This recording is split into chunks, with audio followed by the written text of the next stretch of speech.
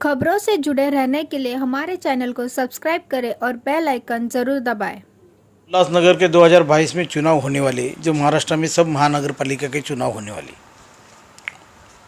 उल्लासनगर में 13 ward SC के लिए आरक्षित है और 1 वार्ड एसटी के लिए आरक्षित है। बाकी ओबीसी का आरक्षण जब भी आएगा तभी वो ओबीसी का वार्ड बनेंगे।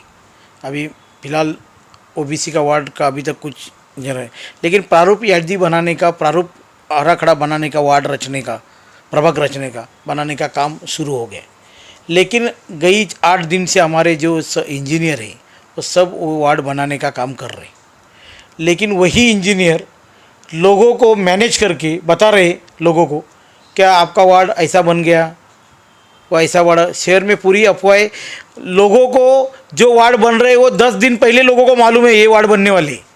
तो ऐसी अफवाहें से मेरे ख्याल से ये इंजीनियर ने ये ध्यान देना चाहिए और हमारे कमिश्नर ने ध्यान देना चाहिए कि ऐसी अफवाहें ये लोग फैला रहे और लोगों को बता रहे। अगर वो गलत है तो सही करके दो।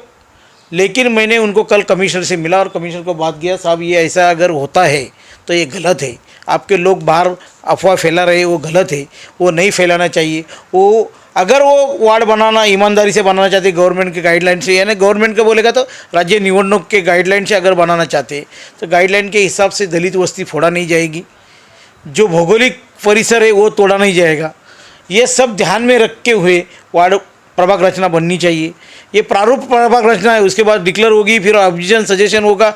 लेकिन हमारे चुनाव के पहले जो वो चुनाव आयोग है वो ज़्यादा से ज़्यादा जो पहला भेजा रहता है उसको ही प्रारूप कोई कंफर्म करते हैं। लेकिन ऐसा हुआ तो दलित समाज के ऊपर अन्याय होगा।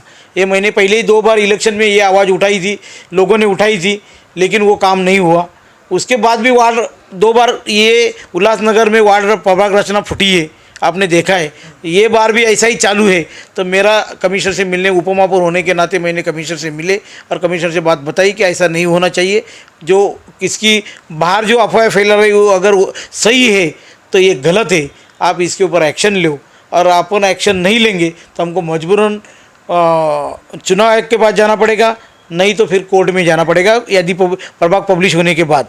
तो ये नौबत नहीं आनी चाहिए। तो आप मुखिया है, तुरंत के तुरंत आप एक्शन लीजिए और ऐसे अफवाहें, ऐसा वार्ड अगर सही में बनता है तो उसको आप रद्द कीजिए। और गवर्नमेंट के हिसाब से जो चुनाव आयोग ने जो दिया है, चुनाव आयोग ने गाइडलाइन दी है, उत्तर से पूरब की तरफ, पूरब से पश्चिम की तरफ, पश्चिम से दक्षिण की तरफ जो जिगजैग पद्धति से वार्ड रचना, प्रभाग रचना होनी चाहिए, वो हिसाब से अगर बनाएंगे तो किसका भी ऑब्जेक्शन नहीं रहेगा।